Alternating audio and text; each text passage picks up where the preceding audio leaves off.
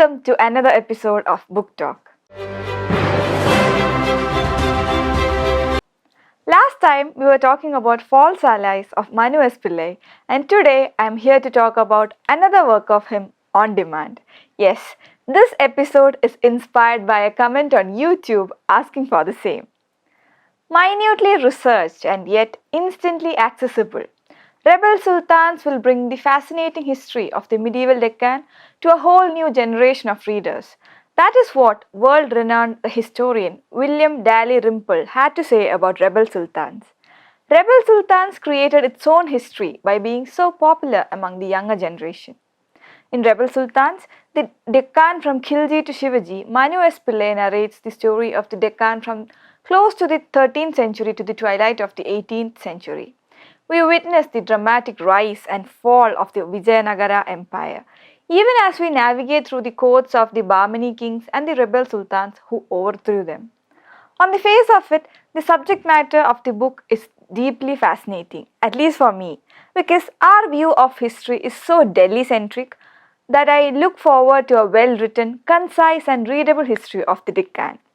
There are 5 states that constituted the old Deccan Sultanates: Ahmednagar, Berar, Bidar, Bijapur and Golconda. They were all as diverse as chalk and cheese, and so were the rulers, who ranged from chivalrous warriors to poets to absolute lunatics. Some of the rulers were born in India, some came from Persia, and there was also Malik Ambar, an Ethiopian who rose to prominence in the Deccan, and it was a colorful cast that kept passing through the stage of history. As all this was happening, there were a multitude of other things happening in the background, with advance in arts, warfare and architecture, scaling great heights and ruthless battles for land being fought, won and lost, in a sort of rhythmic way. While the south of India was going through this tumultuous journey, the north kept passing from one emperor to another before the Mughals finally kept their standards firmly entrenched for a long time. The Mughals had a love-hate relationship with Deccan, for while they certainly wanted to expand their horizon to the south, these sultanates were a consistent thorn on their side, and yet the tributes they paid were handsome enough to keep the Mughals at bay. While Akbar, Jahangir and Shah Jahan mixed muscle, power and diplomacy while dealing with the Deccan, Aurangzeb had little time for diplomacy and wanted to expand all over the Deccan. In more ways than one, the campaigns in the Deccan were what finally rang the death bell for the might of the Mughal under the Aurangzeb.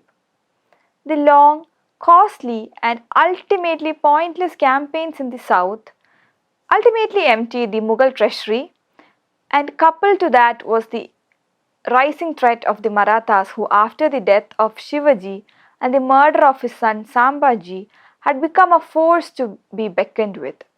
In summary, this is the story that this book talks about Manu S. Pillai, one chapter, each for one empire, and gives a bird's eye view of its life from inception to oblivion.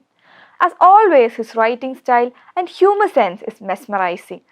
How can one beautifully craft 501 years of history into just 226 pages is beyond praiseworthy. The author rightly paints the Hindu and Muslim conflict as political rather than religious. The emphasis on this gives a more genuine account of the violent part of the Deccan history.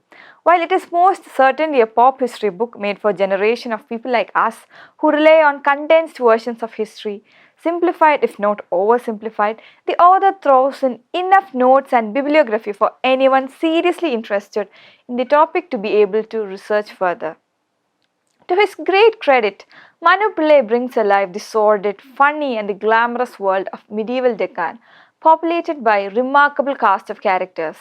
What we can take away from this book is a clear distinction of their individual histories, an understanding of the key players of these dynasties and how each of them contributed to the story of the Deccan before the Marathas overpowered them. Every story emanating from that region is spectacular. The author needs to be lauded for his impeccable research and writing style. There is a lot of information packed within this book, but almost at no point do you really feel overburdened with information. Having said that, the car art is interesting and the inside pictures are brilliant too. While this period saw quite a few era defining individuals, it also had its fair share of court intrigue and toppling of titular heads with regular frequency. However, this book rises above being a series of court conspiracies. Vijayanagar was rich, luxurious, and the behavior from some of their kings left a lot to be desired, even in matters of common courtesy. What followed the battle, though, was a ransacking which was unheard in the south, and it is only fortunate that all the relics of today were left to the stand of the invaders. Right after the wave of destruction, the five kingdoms were at each other's throat again. It was a fickle alliance, and once the common enemy was vanquished, nothing much held it together. The author gives a pretty well rounded perspective of the kingdoms, the key players, and their role in the nation's history. The narrative ends with the rise of Shivaji in Maharashtra, and the epilogue talks about his rivalry with Aurangzeb and how the Marathas rose to be superbly efficient force in the decades that followed. If history teaches us a simple lesson, it is that no one individual, kingdom, government, or empire is absolutely black or white, and there are shades of grey everywhere. Manu Pillai's book explores the shades of grey surrounding the Deccan Sultanates and their role in shaping and forming the history of the India.